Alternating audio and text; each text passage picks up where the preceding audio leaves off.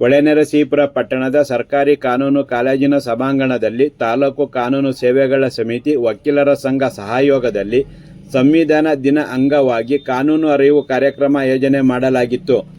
ಪ್ರಜಾಪ್ರಭುತ್ವ ರಾಷ್ಟ್ರವಾದ ಭಾರತದ ಸಂವಿಧಾನ ನೀಡಿರುವ ಪ್ರತಿಯೊಂದು ಹಕ್ಕಿಗೂ ಕೆಲವು ನಿಬಂಧನೆಗಳಿದೆ ಹಾಗೂ ಕೆಲವು ಷರತ್ತುಗಳಿಗೆ ಒಳಪಟ್ಟು ನಮ್ಮ ಹಕ್ಕುಗಳನ್ನು ಆನಂದಿಸಬಹುದಾಗಿದೆ ಎಂದು ಹಿರಿಯ ಸಿವಿಲ್ ನ್ಯಾಯಾಧೀಶರಾದ ನಿವೇದಿತಾ ಮಹಾಂತೇಶ್ ಮುನವಳ್ಳಿ ಮಠ್ ಮಾಹಿತಿ ನೀಡಿದರು.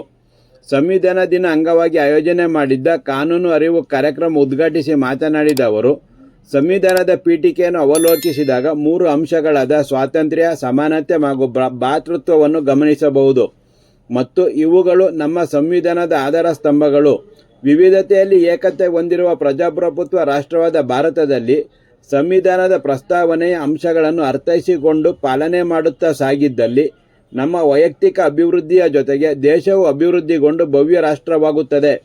ಡಾಕ್ಟರ್ ಬಿ.ಆರ್. ಅಂಬೇಡ್ಕರ್ ಅವರು ಹಲವಾರು ರಾಷ್ಟ್ರಗಳ ಸಂವಿಧಾನವನ್ನು ಅಭ್ಯಾಸ ಮಾಡಿ 2 ವರ್ಷ 11 ತಿಂಗಳು 17 ದಿನಗಳಲ್ಲಿ ಜಗತ್ತಿನಲ್ಲಿ ಅತ್ಯಂತ ಬೃಹತ್ ಗ್ರಂಥವಾದ ಸಂವಿಧಾನವನ್ನು ರಚಿಸಿ ನಮಗೆ ನೀಡಿದ್ದಾರೆ ಎಂದು ಸಂವಿಧಾನ ಶಿಲ್ಪಿಯ ಜ್ಞಾನ, ಪಾಂಡಿತ್ಯ ಹಾಗೂ ಶ್ರಮವನ್ನು ಸ್ಮರಿಸಿ ವಂದಿಸಿದರು. ಸಿವಿಲ್ ನ್ಯಾಯಾಧೀಶರಾದ ಚೇತನ ಅವರು ಮಾತನಾಡಿ, ಯಾವುದೇ ಹಕ್ಕುಗಳು ಇಲ್ಲದೆ ಜೀತಕ್ಕೆ ಒಳಗಾಗಿ ಶೋಷಣೆಯನ್ನು ಅನುಭವಿಸುತ್ತಾ ಸಾಮಾನ್ಯರಂತೆ ಇಂದ ಬದುಕು ಕಟ್ಟಿಕೊಂಡಿದ್ದರು. ಆದರೆ ಈಗ ಸುಖ, ಶಾಂತಿ, ನೆಮ್ಮದಿ ಮತ್ತು ಭಯಭೀತಿ ಇಲ್ಲದೆ ನಾವುಗಳು ಸಂವಿಧಾನ ನೀಡಿದ ಸೌಲಭ್ಯಗಳಿಂದ ಬದುಕು ರೂಪಿಸಿಕೊಂಡಿದ್ದೇವೆ ಎಂಬುದನ್ನು ಅರಿತಾಗ ಸಂವಿಧಾನದ ಮಹತ್ವವನ್ನು ತಿಳಿಯಬಹುದಾಗಿದೆ ಮತ್ತು ಪ್ರತಿಯೊಬ್ಬ ಮಾನವನ ಬದುಕು ಕಟ್ಟುವ ಶ್ರೇಷ್ಠ ಗ್ರಂಥವಾಗಿದೆ. ನಮ್ಮ ಹಕ್ಕುಗಳಿಗೆ ಚ್ಯುತಿ ಉಂಟಾದಾಗ ಕಾನೂನಿನ ಅಡಿಯಲ್ಲಿ ಹೋರಾಟ ಮಾಡುತ್ತೇವೆ. ಜೊತೆಗೆ ಮೂಲಭೂತ ಕರ್ತವ್ಯದ ಅಂಶಗಳ ಪಾಲನೆ ಮಾಡುವುದು ಅಗತ್ಯವಾಗಿದೆ. ಸಂವಿಧಾನದ ಗ್ರಂಥದಲ್ಲಿ ನಮ್ಮ ಕರ್ತವ್ಯಗಳ ಕುರಿತು ನೀಡಿರುವ ಅಂಶಗಳಲ್ಲಿ ಸ್ವಚ್ಛತೆ, ಪರಿಸರ ಸಂರಕ್ಷಣೆ, ಸಂಸ್ಕೃತಿ ಪಾಲನೆ, ರಾಷ್ಟ್ರಗೀತೆ, ರಾಷ್ಟ್ರ ಧ್ವಜದ ಗೌರವ ಮತ್ತು ನಮ್ಮ ದೇಶದ ರಕ್ಷಣೆ ಹಾಗೂ ಇತರೆ ಅಂಶಗಳ ಕುರಿತು ತಿಳಿಸಿದ್ದಾರೆ. ಆದರೆ ಇತ್ತೀಚಿನ ದಿನಗಳಲ್ಲಿ ಮೋಜು ಮಸ್ತಿಯಿಂದ ಯಥೇಚ್ಛ ಪ್ಲಾಸ್ಟಿಕ್ ಬಳಕೆ, ನೀರನ್ನು ಕಲುಷಿತಗೊಳಿಸುವುದು ಹೆಚ್ಚುತ್ತಿದೆ ಮತ್ತು ಪ್ರಾಣಿಗಳಿಗೆ ದಯ ತೋರಿಸಿ ಎಂದಿದೆ ಪಾಲನೆ ಆಗುತ್ತಿಲ್ಲ. 100% ಪಾಲನೆ ಮಾಡಲಾಗದಿದ್ದರೂ ಶಿಸ್ತಿನಿಂದ ಬದುಕುವುದನ್ನು ರೂಢಿಸಿಕೊಂಡು ನಮ್ಮ ಕೈಲಾದ ಮಟ್ಟಿಗೆ ಪರಿಸರ ರಕ್ಷಣೆ, ನೀರಿನ ಮಿತ ಬಳಕೆ ಮಾಡುವ ಮೂಲಕ ನಮ್ಮ ಕರ್ತವ್ಯಗಳನ್ನು ಪಾಲನೆ ಮಾಡುತ್ತಾ ಸಂವಿಧಾನದ ಆಶಯಗಳನ್ನು ಗೌರವಿಸೋಣವೆಂದು ಕರೆ ಕೊಟ್ಟರು. ತಾಲೂಕು ವಕೀಲರ ಸಂಘದ ಮಾಜಿ ಅಧ್ಯಕ್ಷರಾದ ಎಸ್.ಎನ್. ಶ್ರೀನಿವಾಸ ಅವರು ಸಂವಿಧಾನದ ರಚನೆ ಹಾಗೂ ಅನುಚ್ಛೇದಗಳ ಕುರಿತು ಸುದೀರ್ಘವಾಗಿ ಮಾತನಾಡಿದರು. ತಾಲೂಕು ವಕೀಲರ ಸಂಘದ ಅಧ್ಯಕ್ಷ ಎಂ.ವಿ. ಶಿವಕುಮಾರ್ ಹಾಗೂ ಸರ್ಕಾರಿ ಕಾನೂನು ಕಾಲೇಜಿನ ಪ್ರಾಂಶುಪಾಲೆ ಡಾಕ್ಟರ್ ಭಾಗ್ಯಲಕ್ಷ್ಮಿ ಎಚ್. ಕಾರ್ಯಕ್ರಮದ ಅಧ್ಯಕ್ಷತೆ ವಹಿಸಿ ಮಾತನಾಡಿದರು.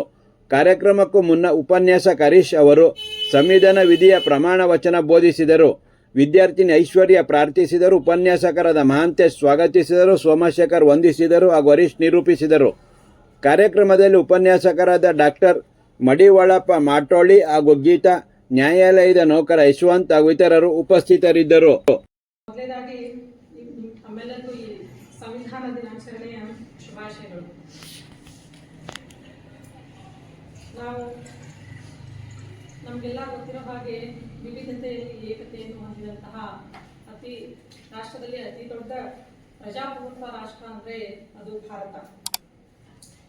ನಾವು ಯಾಕೆ ಈ ದಿನವನ್ನು ಸಂವಿಧಾನ ದಿನಾಚರಣೆಯನ್ನಾಗಿ ಆಚರಿಸ್ತಾ ಇದ್ದೇವೆ ಅಂತ ಹಿನ್ನೆಲೆಯನ್ನು ನೋಡಿದಾಗ ನಮ್ಮಲ್ಲಿ 1900 ಈಗ ನಾವು ಪ್ರಸ್ತಾವನೆಯನ್ನು ಏನು ನಾವು ಪ್ರತಿಜ್ಞಾ ವಿಧಿಯನ್ನು ಸ್ವೀಕರಿಸಿದ್ವಿ ಅದರಲ್ಲಿ ಹೇಳಲಾಗಿದೆ 1926 ನವೆಂಬರ್ 26ರಂದ ನಮ್ಮ ಭಾರತೀಯ ಸಂವಿಧಾನವನ್ನು ಸಂವಿಧಾನ ಸಭೆ ಅಂಗೀಕರಿಸಲಾಯಿತು. ಸೊ ಅದರ ಒಂದು ಸವಿನೆನಪಿಗಾಗಿ ನಾವು ಈ ನವೆಂಬರ್ 26 ಸಂವಿಧಾನ ದಿನ ಅಂತ ಆಚರಿಸ್ತಾ ಇದ್ದೇವೆ. ಇದಕ್ಕೂ ಮೊದಲು ನಾವು ಈ ಸಂವಿಧಾನ ದಿನವನ್ನ ಲಾ ಡೇ ಅಂದ್ರೆ ಕಾನೂನು ದಿನ ಅಂತ ಆಚರಿಸ್ತಾ ಇದ್ವಿ. ಆದ್ರೆ ನಮ್ಮ ಘನ ಸರ್ಕಾರ 2015 ಇಸ್ವಿಯಲ್ಲಿ ಒಂದು ಗೆಜೆಟ್ ನೋಟಿಫಿಕೇಶನ್ ಅನ್ನು ಮಾಡುವುದರ ಮೂಲಕ ಈ ದಿನವನ್ನ ಸಂವಿಧಾನ ದಿನ ಅಂತ ಆಚರಿಸಬೇಕು ಅಂತ ಹೇಳಿ ಒಂದು ಘೋಷಣೆಯನ್ನು ಮಾಡಿದ್ರು. ಅವಾಗಿನಿಂದ ನಾವು ಈ ಒಂದು ನವೆಂಬರ್ 26 ಸಂವಿಧಾನ ದಿನ ಅಂತ ಆಚರಿಸ್ತಾ ಬಂದಿದ್ದೇವೆ. ಈ ಒಂದು ನಮ್ಮ ಸಂವಿಧಾನದ ವಿಶೇಷತೆ ಏನು ಅಂತ ಒಂದು ನೋಡ್ಬೇಕಾದ್ರೆ ನಾವೆಲ್ಲ ಈಗ ಪ್ರಸ್ತಾವನೆಯನ್ನು ಓದಬೇಕಾದ್ರೆ ತಿಳ್ಕೊಂಡ್ವಿ ಅದರಲ್ಲಿ ಎಷ್ಟೊಂದು ಅಂಶಗಳು ಅಡಕವಾಗಿವೆ ಅಂತ ಹೇಳಿ. ಸೊ ಅದರಲ್ಲಿ ಹೇಳಿರುವಂತಹ ಎಲ್ಲ ಅಂಶಗಳನ್ನು ನಾವು ಗಮನಿಸ್ತಾ ಹೋದ್ರೆ, ಅದೇ ರೀತಿ ನಾವು ಅದನ್ನ ಆಚರಿಸ್ಕೊಂತಾ ಹೋದ್ರೆ ನಮ್ಮ ಒಂದು ರಾಷ್ಟ್ರ ಭವ್ಯ ರಾಷ್ಟ್ರವಾಗುತ್ತೆ. ಅದೇ ರೀತಿ ನಮ್ಮ ವೈಯಕ್ತಿಕ ಅಭಿವೃದ್ಧಿ ಅಲ್ಲದೆ ನಾವು ರಾಷ್ಟ್ರದ ಅಭಿವೃದ್ಧಿಯನ್ನ ಸಹ ಮಾಡಬಹುದು. ಈ ಒಂದು ಸಂವಿಧಾನದ ಪೀಠಿಕೆಯನ್ನು ಅವಲೋಕಿಸಿದಾಗ 3 ಅಂಶಗಳನ್ನು ನಾವು ಅಲ್ಲಿ ನೋಡ್ಬೋದು. ಒಂದು ಸ್ವಾತಂತ್ರ್ಯ, ಸಮಾನತೆ ಮತ್ತು ಭ್ರಾತೃತ್ವ. Liberty, equity and fraternity. These are the 3 pillars of our Indian constitution. So ನಾವೀಗ ನೀವೆಲ್ಲ ಕಾನೂನು ವಿದ್ಯಾರ್ಥಿಗಳಾಗಿರೋದ್ರಿಂದ ಇಂಡಿಯನ್ ಕಾನ್ಸ್ಟಿಟ್ಯೂಷನ್ ನಿಮಗೆ ಸಬ್ಜೆಕ್ಟ್ ಇರುತ್ತೆ, ಓದಿರ್ತೀವಿ. ಈ article 14 guarantees right to equality. Equality before law, equal protection of law. ಅಂದರೆ ಕಾನೂನಿನ ಅಡಿಯಲ್ಲಿ ಎಲ್ಲರೂ ಸಹ ಸಮಾನರಾಗಿದ್ದೇವೆ. ಸೊ ಈ ಒಂದು ತತ್ವವನ್ನು ಸಂವಿಧಾನ ಅಷ್ಟೇ ಅಲ್ಲ, ಹಿಂದೆ ಇದ್ದಂಥ 12ನೇ ಶತಮಾನದಲ್ಲಿ ಬಸವಾದಿ ಪ್ರಮುಖರು ಸಹಿತ ಇದನ್ನೇ ಸಾರಿದ್ದಾರೆ. ಎಲ್ಲರೂ ಸಹಿತ ಸಮಾನರು. ಅವಾಗಲೇ ಒಂದು ಹೇಳಿದರು, ಇದರಿಂದ ಜಾತಿ ಹೀನನ ಮನೆಯಲ್ಲಿ ಜ್ಯೋತಿತಾ ಹೀನವೇ, ಜಾತಿ ವಿಜಾತಿಯನ್ನ ಬೇಡ, ದೇವರ ನಿವಾಸನೆ ಜಾತ ಸರ್ವಜ್ಞ ಅಂತ. ಎಲ್ಲರೂ ಕಾನೂನಿನ ಅಡಿಯಲ್ಲಿ ಸಮಾಜದಲ್ಲಿ ಯಾರು ಭೇದ ಭಾವ ಇಲ್ಲ. ಅಂದರೆ ಬಡವ ಶ್ರೀಮಂತ ಅನ್ನೋದಿಲ್ಲ, ಅಥವಾ ಹೆಣ್ಣು ಗಂಡು ಅನ್ನೋ ಭೇದವಿಲ್ಲ. ಆಮೇಲೆ ಜಾತಿ ಆ ಜಾತಿ ಈ ಜಾತಿ ಅನ್ನೋ ಸಹ ಭೇದವಿಲ್ಲ. ಎಲ್ಲರೂ ಕಾನೂನಿನ ಅಡಿಯಲ್ಲಿ ಎಲ್ಲರೂ ಸಮಾನರು, ಎಲ್ಲರಿಗೂ ಸಮಾನತೆ ಹಕ್ಕಿದೆ ಅಂತ ಆಗಿನ ಕಾಲದಲ್ಲೇ ಸಹಿತ ನಾವು ಅದನ್ನು ನೋಡಬಹುದು. ಅದೇ ರೀತಿ ಮುಂದುವರೆದಂತೆ ಈಗೂ ಸಹ ಅನೇಕ ದಾರ್ಶನಿಕರು, ದಾಸರು ಸಹ ಇರ್ತಾರೆ. ಕುಲವೆಂದು ಒಡೆದಾಡಬೇಡಿ, ನಿಮ್ಮ ಕುಲದ ನೆಲವೇನಾದರೂ ಬಲ್ಲಿರ ಅಂತ. ಹಾಗೆ ನಾವೆಲ್ಲರೂ ಸಹಿತ ಎಲ್ಲರೂ ಸಮಾನರು, ಎಲ್ಲರೂ ಕಾನೂನಿನ ಅಡಿಯಲ್ಲಿ ಎಲ್ಲರೂ ಸಮಾನರು ಅಂತ ಅವು ಸಹಿತ ನಮಗೆ ತತ್ವಗಳನ್ನು ಹೇಳ್ತಾ ಇದ್ದಾರೆ.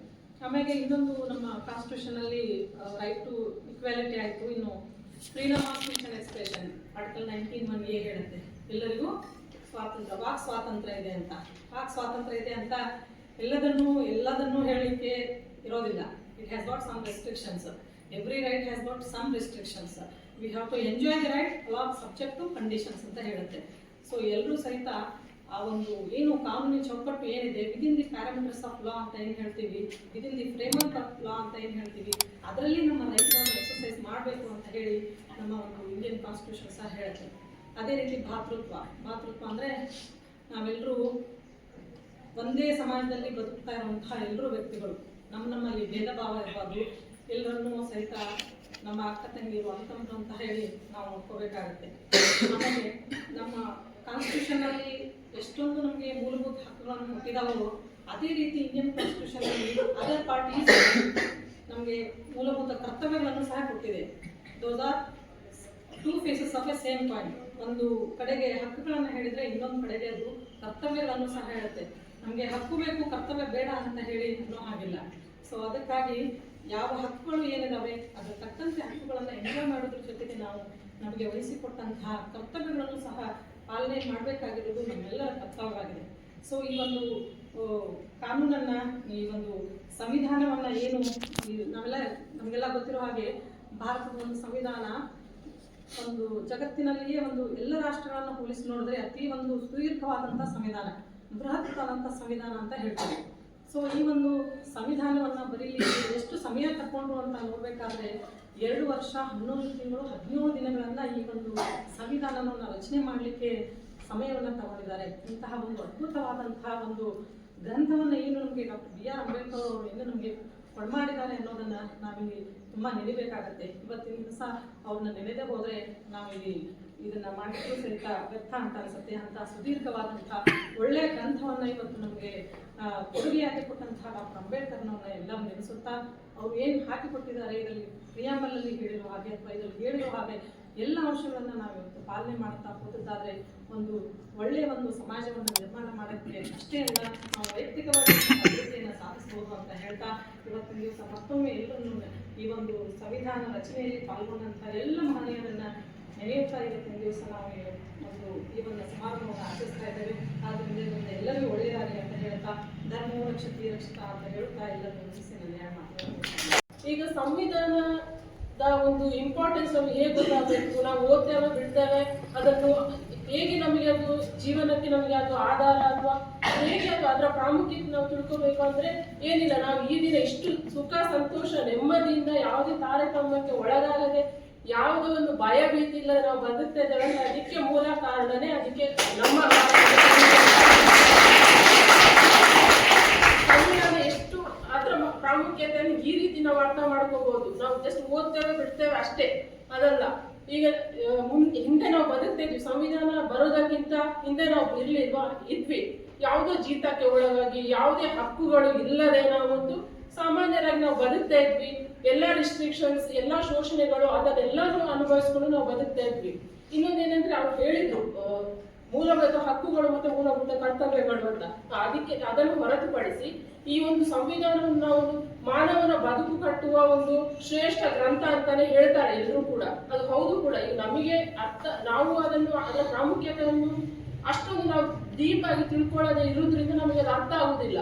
ಬಟ್ ಅದನ್ನು ಒಂದಲ್ಲ ಒಂದು ರೀತಿಯಲ್ಲಿ ಅದು ನಮ್ಮ ಬದುಕು, ಪ್ರತಿಯೊಬ್ಬ ಮಾನವನ ಬದುಕು ಕಟ್ಟಲಿಕ್ಕೆ ಇರುವಂತಹ ಗ್ರಂಥನೇ ಮೂಲಭೂತ ಗ್ರಂಥ ಅಂತ ಹೇಳಿದ್ರೆ ನಮ್ಮ ಭಾರತದ ಸಂವಿಧಾನ. ಅದು ಇಡೀ ವಿಶ್ವದಲ್ಲಿ ಲಿಖಿತವಾದ ಅತಿ ದೊಡ್ಡ ಸಂವಿಧಾನ ಅಂತ ಅನ್ನುವಂಥದ್ದು ಕೂಡ ನಮಗೆ ಗೊತ್ತು. ಈಗ ಮೂಲಭೂತ ಹಕ್ಕುಗಳು ಮತ್ತು ಕರ್ತವ್ಯಗಳು ಅಂತ ಹೇಳಿದಾಗ ನಮ್ದು ಯಾವುದೇ ಒಂದು ಹಕ್ಕಿಗೆ ಚ್ಯುತಿ ಬಂದಾಗ ನಾವು ಹೋರಾಟ ಮಾಡೋದಾಗಿರ್ಬೋದು ಅಥವಾ ಪ್ರಕರಣಗಳನ್ನು ಹೂಡುದು ಅದೆಲ್ಲವನ್ನು ಮಾಡ್ತೇವೆ. ಆದರೆ ನಾವು ಎಷ್ಟು ಜನ ಮೂಲಭೂತ ಕರ್ತವ್ಯಗಳ ಬಗ್ಗೆ ನಾವು ಯೋಚನೆ ಮಾಡ್ತೇವೆ? ಮೂಲಭೂತ ಕರ್ತವ್ಯಗಳು ಏನೇನಂತ ಹೇಳಿದ್ದಾರೆ ಅಲ್ಲಿ. ಈಗ ನಮಗೆ ಕಾಣಬಹುದು ಮೂಲಭೂತ ಕರ್ತವ್ಯಗಳು ಅರ್ಧ ಪೇಜ್ ಇದೆ ಕಾನ್ಸ್ಟಿಟ್ಯೂಷನ್ ಅಲ್ಲಿ ಅಥವಾ 1 ಪೇಜ್ ಇದೆ ಅಂತ ನಮಗೆ ಕಾಣಿಸ್ಬೋದು. ಬಟ್ ಅಷ್ಟು ಅರ್ಧ ಅಥವಾ 1 ಪೇಜ್ ಅಂಶದಲ್ಲಿ ನಮ್ಮ ಮೂಲಭೂತ ಕರ್ತವ್ಯಗಳು ಎಷ್ಟು ದೊಡ್ಡ ಮಟ್ಟಕ್ಕಿದೆ, ನಾವು ಅದನ್ನು ಹೇಗೆ ಪಾಲಿಸಬೇಕು ಅನ್ನುವಂಥದ್ದು ಕೂಡ ಹೇಳ್ತಾರೆ. ಅದರಲ್ಲಿ ಯಾವ ರೀತಿ ಹೇಳ್ತಾರೆ ಅಂತಂದ್ರೆ, ನಮ್ಮ ಸುತ್ತಮುತ್ತ ಇರುವ ಪರಿಸರದಿಂದ ಹಿಡಿದು ರಾಷ್ಟ್ರ ಗೀತೆ, ರಾಷ್ಟ್ರಧ್ವಜದಿಂದ ಹಿಡಿದು ನಮ್ಮ ಸಂಸ್ಕೃತಿಯನ್ನು ರಕ್ಷಿಸುವುದರಿಂದ ಹಿಡಿದು ನಮ್ಮ ದೇಶವನ್ನು ದೇಶವನ್ನು ಹೇಗೆ ರಕ್ಷಿಸಬೇಕು ಅನ್ನುವಂಥದ್ದು ಕೂಡ ಅಲ್ಲಿ ಹೇಳ್ತಾರೆ. ನಾವು ಎಲ್ಲ ದೇಶ ರಕ್ಷಣೆಗೆ ಹೋಗುವುದು ಬೇಡ, ನಮ್ಮ ಸುತ್ತಮುತ್ತದ ಪರಿಸರ ಬಗ್ಗೆ ನಾವು ಎಷ್ಟು ಯೋಚನೆ ಮಾಡ್ತೇವೆ? ಪಾರ್ಟಿ ಮಾಡ್ತೇವೆ, ಪಿಕ್ನಿಕ್ ಹೋಗ್ತೇವೆ, ಅಲ್ಲಿ ಕಸ ಎಸ್ತು ಬರ್ತೇವೆ, ಮತ್ತೆ ನೀರು ಪೋಲ್ ಮಾಡೋದಾಗ್ಲಿ ಅಥವಾ ನೀರು ಕಲುಷಿತಗೊಳಿಸೋದಾಗ್ಲಿ ನಾವು ಯಾವುದೂ ಕೂಡ ಯೋಚನೆ ಮಾಡೋದಿಲ್ಲ. ಪ್ರಾಣಿಗಳಿಗೆ ದಯ ತೋರಿಸಿ ಅಂತಾನು ಅದರಲ್ಲಿ ಹೇಳ್ತಾರೆ. ನಾವು ಇದೆಲ್ಲ ಎಷ್ಟು ಫಾಲೋ ಮಾಡ್ತಾ ಇದ್ದೇವೆ? ಯಾರು ಕೂಡ ಅಷ್ಟರ ಮಟ್ಟಿಗೆ ನಾವು ಸಂಪೂರ್ಣ ಅಂದ್ರೆ 100% ಲೆಟರ್ ಅಂಡ್ ಸ್ಪಿರಿಟ್ ಅಲ್ಲಿ ಫಾಲೋ ಮಾಡ್ಲಿಕ್ಕೆ ಆಗದಿದ್ರು ಕೂಡ ನಮ್ಮ ಕೈಲಾದ ಮಟ್ಟಕ್ಕೆ ನಮಗೆ ಎಷ್ಟು ಸಾಮರ್ಥ್ಯ ಇದೆ ಅಷ್ಟು ನಾವು ಫಾಲೋ ಮಾಡಲೇಬೇಕಾಗುತ್ತೆ. ಈಗ ಒಂದು ಶಿಸ್ತಿನಿಂದ ಬದುಕುವುದು, ಎಲ್ಲರೂ ಕೂಡ ಒಂದು ಶಿಸ್ತಿನಿಂದ ಬದುಕುವುದು, ಅಲ್ಲಿಂದನೇ ಅದು ಈಗ ಸಂವಿಧಾನದ ಆಶಯಗಳನ್ನು ಹೇಗೆ ಅದು ಪಾಲನೆ ಮಾಡಲಿಕ್ಕೆ ನಾವು ಪ್ರಾರಂಭಿಸಬೇಕಂತಂದ್ರೆ ನಾವು ಶಿಸ್ತಿನಿಂದ ಬದುಕುದು, ನಮ್ಮ ಸುತ್ತಮುತ್ತಲ ಪರಿಸರ ಏನಿದೆ ಅದನ್ನು ಸ್ವಚ್ಛವಾಗಿಟ್ಟು ಅಲ್ಲಿಂದನೇ ಸ್ಟಾರ್ಟ್ ಆಗುತ್ತೆ. ನಾವು ಹೋಗಿ ಎಲ್ಲನೂ ಯುದ್ಧನೇ ಮಾಡಬೇಕು ಆ ಥರ ಅಲ್ಲ. ಸೊ ಆದ್ರಿಂದ ನಮ್ಮ ಈ ಸಂವಿಧಾನದ ರಚನೆಗೆ ಯಾರೆಲ್ಲೋ ಶ್ರಮಿಸಿದ್ದಾರೋ ಅವರನ್ನು ನೆನೆಸ್ತಾ, ಹಾಗೆ ಅದರ ಆಶಯಗಳು ಏನೇನಿದೆ ಅದನ್ನು ಎತ್ತಿ ಹಿಡಿಯುವಲ್ಲಿ ನಾವೆಲ್ಲರೂ ಕೂಡ ಒಟ್ಟಿಗೆ ಕೈ ಜೋಡಿಸುವಂತ ಹೇಳ್ತಾ ಈ ಒಂದು ನನಗೆ ಅವಕಾಶ ಮಾಡಿಕೊಟ್ಟಿದ್ದಕ್ಕೆ ಎಲ್ಲರಿಗೂ ಧನ್ಯವಾದಗಳು.